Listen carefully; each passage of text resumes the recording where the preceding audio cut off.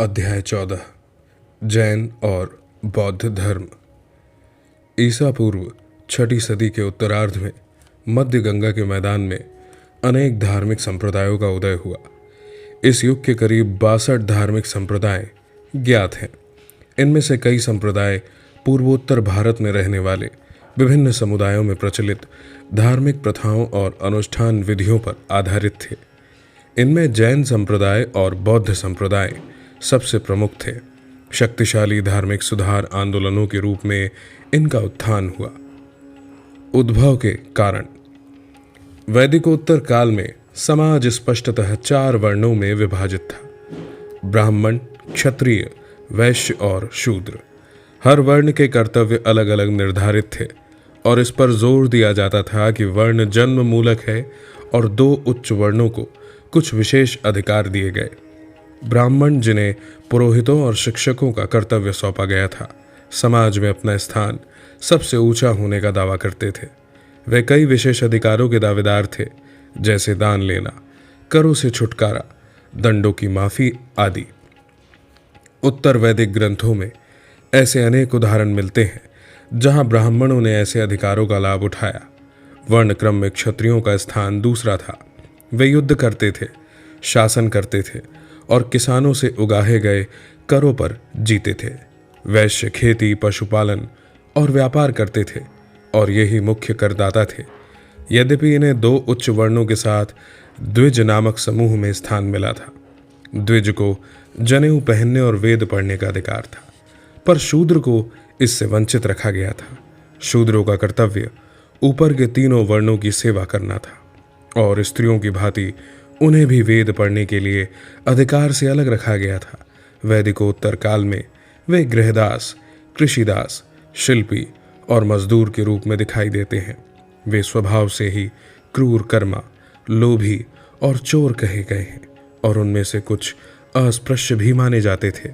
वर्ण व्यवस्था में जो जितने ऊंचे वर्ण का होता था, वह उतना ही शुद्ध और सुविधाधिकारी समझा जाता था। अपराधी जितने ही नीच वर्ण का होता, उसके लिए सजा उतनी ही अधिक कठोर होती थी। यह स्वाभाविक ही था कि इस तरह के वर्ण विभाजन वाले समाज में तनाव पैदा होता और वैश्य और शूद्रों में इसकी कैसी प्रतिक्रिया थी, यह जानने का कोई साधन नहीं। परंतु क्षत्रिय लोग, जो शासक के रूप में काम करते थे, ब्राह्मणों के धर्म विषयक प्रभुत्व पर प्रबल आपत्ति करते थे और लगता है कि उन्होंने वर्ण व्यवस्था को जन्म मूलक मानने के विरुद्ध आंदोलन छेड़ दिया था। विविध विशेषाधिकारों का दावा करने वाले पुरोहितों या ब्राह्मणों की श्रेष्ठता के विरुद्ध क्षत्रियों का खड़ा होना नए धर्मों के उद्भव का अन्यतम कारण हुआ। जैन धर्म के संस्थापक वर्धमान महावीर और बौद्ध धर्म के संस्थापक गौतम बुद्ध दोनों क्षत्रिय थे और दोनों ने ब्राह्मणों की मान्यता को चुनौती दी। परंतु इन धर्मों के उद्भव का यथार्थ कारण है पूर्वोत्तर भारत में नई कृषि मूलक अर्थव्यवस्था का विस्तार। पूर्वी उत्तर प्रदेश और उत्तरी एवं दक्षिणी बिहार सहित पूर्वोत्तर भारत में वर्षा की दर लगभग 100 सेंटीमीटर है। बड़े पैमाने पर बस्तियां स्थापित होने से पहले यहाँ घने जंगल थे। इन घने जंगलों को लोहे की कुल्हाड़ियों के बिना साफ कर पाना संभव नहीं था। यद्यपि 600 ईस्वी पूर्व के पहले भी इस क्षेत्र में लोग रहते थे, तथापि वे पत्थर और तांबे के औजारों का इस्तेमाल करते थे। वे नदी तट अथवा नदी संगम के समीप के क्षेत्रों में बड़ी कठिनाई का जीवन बिताते थे। 600 ईस्वी पूर्व के आसपास जब इधर लोहे का इस्तेमाल होने लगा, मध्य गंगा के मैदानों में लोग भारी संख्या में बसने लगे। इस क्षेत्र की मिट्टी में नमी अधिक होने के कारण पूर्व काल के लोहे के बहुत से औजार तो बच नहीं सके, फिर भी कुछ एक कुल्हाड़ियाँ लगभग 600 से 500 ईस्वी पूर्व के स्तर से निकली हैं। लोहे के औजारों के इस्तेमाल की बदौलत जंगलों की सफाई, कृषि और बड़ी बड़ी बस्तियों की स्थापना संभव हुई। लोहे के फाल वाले हलों पर आधारित कृषि मूलक अर्थव्यवस्था में बैलों का इस्तेमाल जरूरी था, पर पशुपालन के बिना बैल आए कहाँ से?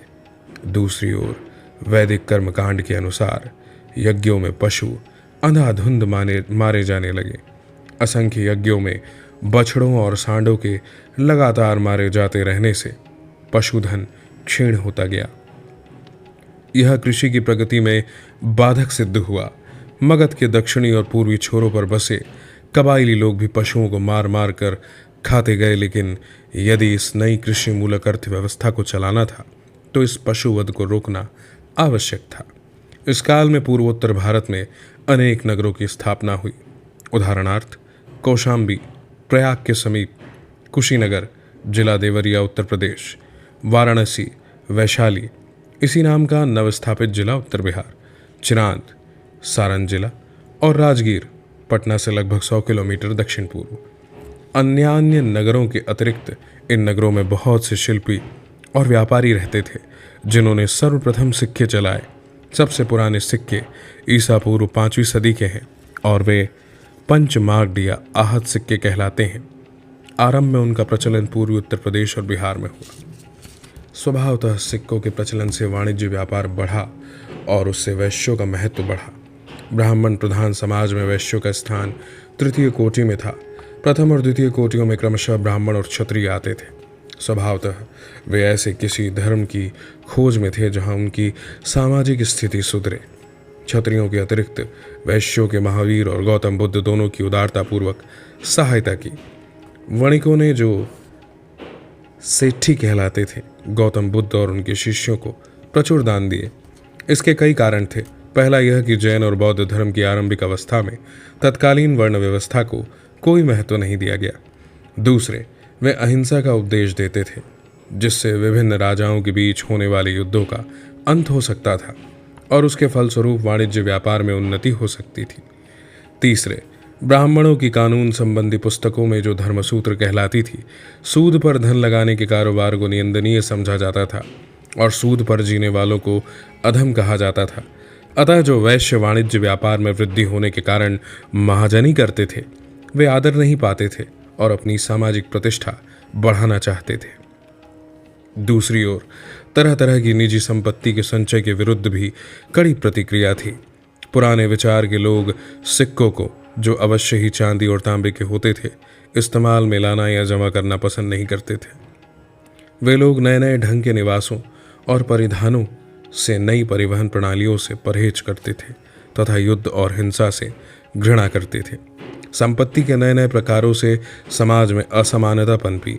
इसके कारण आम लोगों का जीवन दुख दर्द से भर गया था। इसलिए सामान्य लोग कामना करते थे कि आदिम जीवन लौट आए।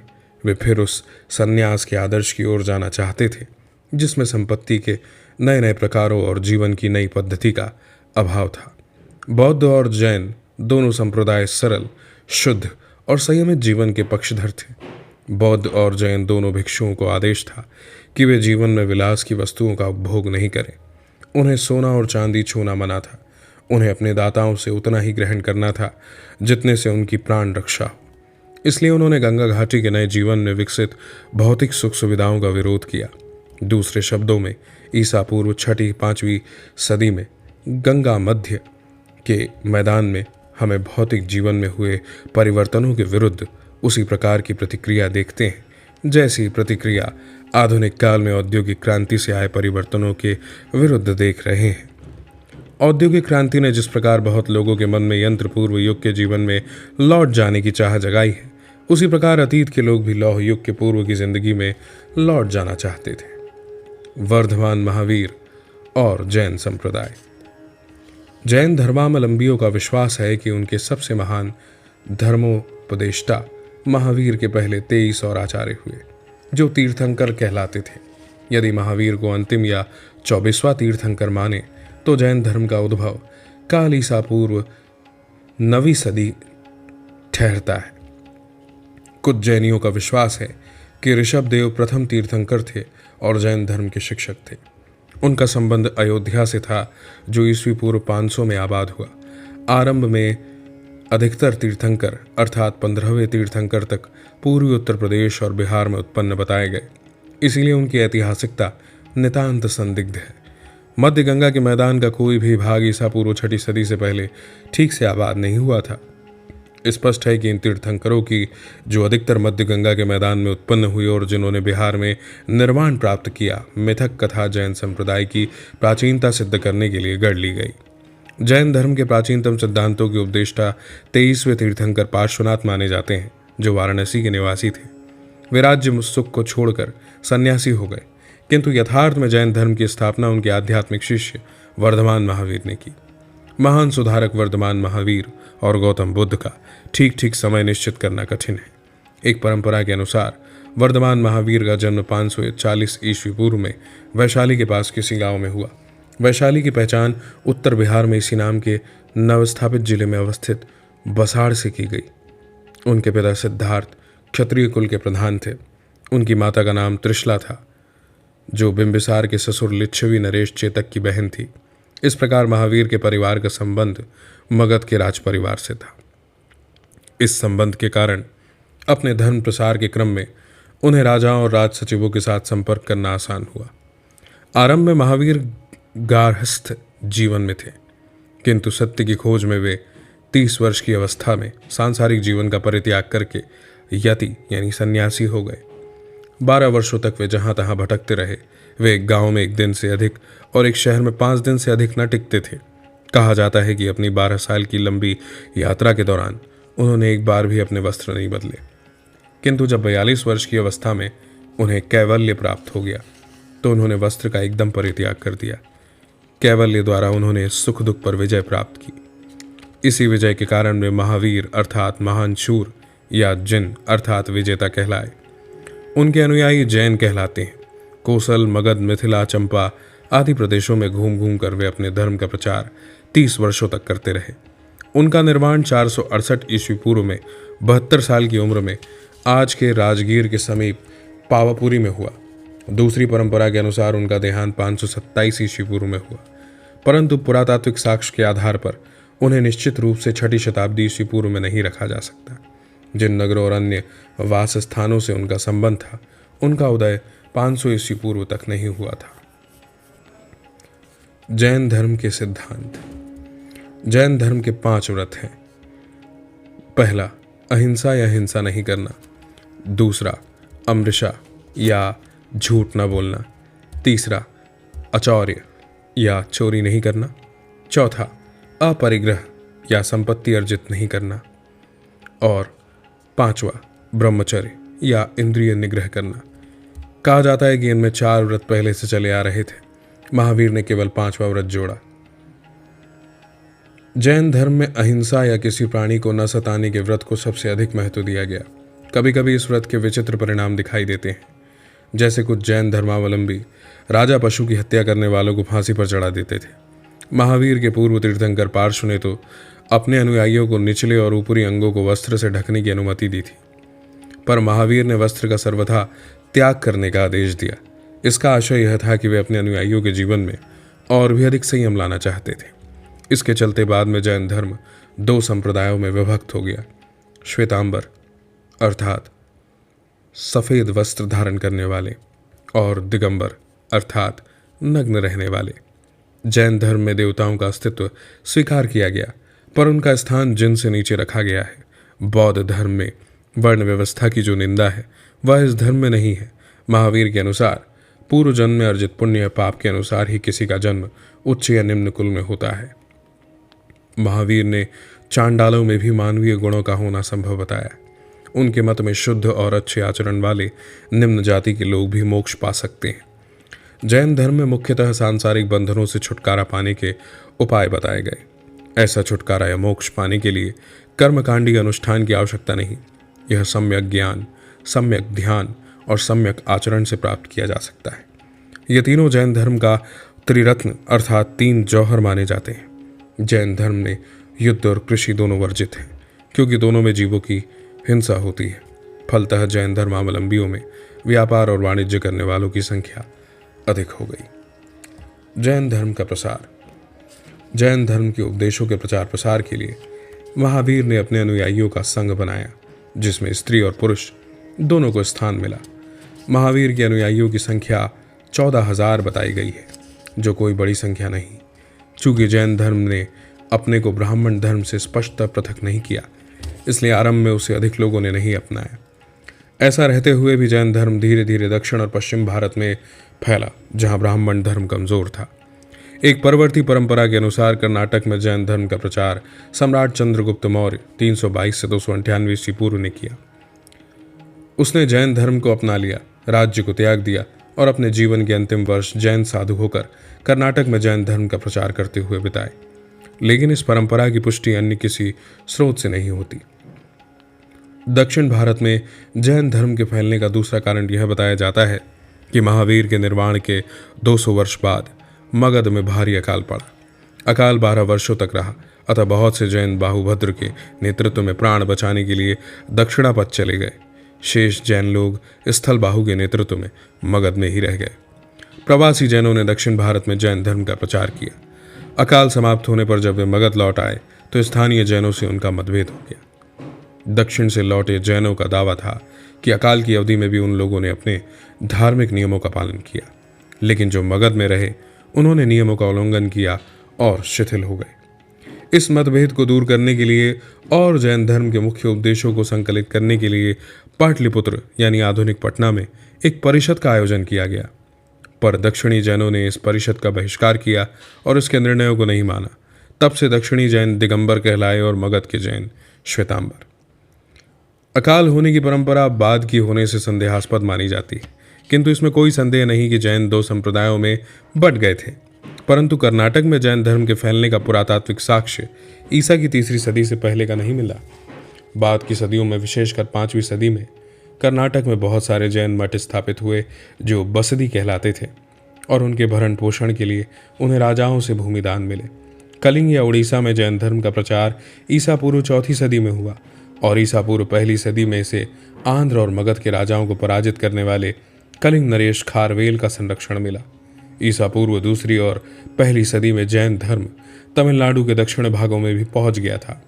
बाद के सदियों में जैन धर्म मालवा, गुजरात और राजस्थान में फैला और इन क्षेत्रों में आज भी जैन धर्मावलंबियों की संख्या अधिक है तथा मुख्यतः वे व्यापार और वाणिज्य में लगे हुए हैं। यद्यपि जैन धर्म को उतना राजाश्रय नहीं मिला जितना बौद्ध धर्म को, और पूर्व काल में इसका प्रसार ही उतना तेज नहीं हुआ, तथापि यह जहाँ कहीं पहुँचा अपने अस्तित्व बनाए हुए है। इसके विपरीत बौद्ध धर्म तो मानो भारतीय उपमहादेश से लुप्त ही हो गया। जैन धर्म का योगदान। जैन धर्म ने ही सबसे पहले वर्ण व्यवस्था और वैदिक कर्मकांड की बुराइयों को हटाने के लिए गंभीर प्रयास किया। आरंभ में जैनों ने मुख्यतः ब्राह्मणों द्वारा संपोषित संस्कृति भाषा का परित्याग किया और अपने धर्मोपदेश के लिए आम लोगों की बोलचाल की प्राकृत भाषा को अपनाया। उनके धार्मिक ग्रंथ अर्धमागधी भाषा में लिखे गए और ये ग्रंथ ईसा की 6ठी सदी में गुजरात के वल्लभी नामक स्थान में, जो एक महान विद्या केंद्र था, अंतिम रूप से संकलित किए गए। जैनों ने प्राकृत को अपनाया। इससे प्राकृत भाषा और साहित्य की समृद्धि हुई। प्राकृत भाषा से कई क्षेत्रीय भाषाएं विकसित हुई। इनमें विशेष उल्लेखनीय है शौरसेनी, जिससे मराठी भाषा निकली। जैनों ने अपभ्रंश भाषा में पहली बार कई महत्वपूर्ण ग्रंथ लिखे और इसका पहला व्याकरण तैयार किया। जैन साहित्य में महाकाव्य, पुराण, आख्यायिका और नाटक है।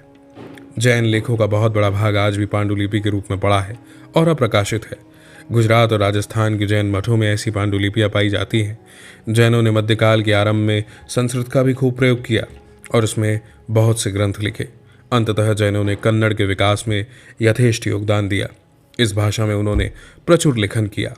बौद्धों की तरह जैन लोग भी आरंभ में मूर्ति पूजक नहीं थे। बाद में वे महावीर और तीर्थंकरों की पूजा करने लगे। इसलिए सुंदर और कभी कभी विशाल प्रस्तर प्रतिमाएं विशेषकर कर्नाटक, गुजरात, राजस्थान और मध्य प्रदेश में निर्मित हुई।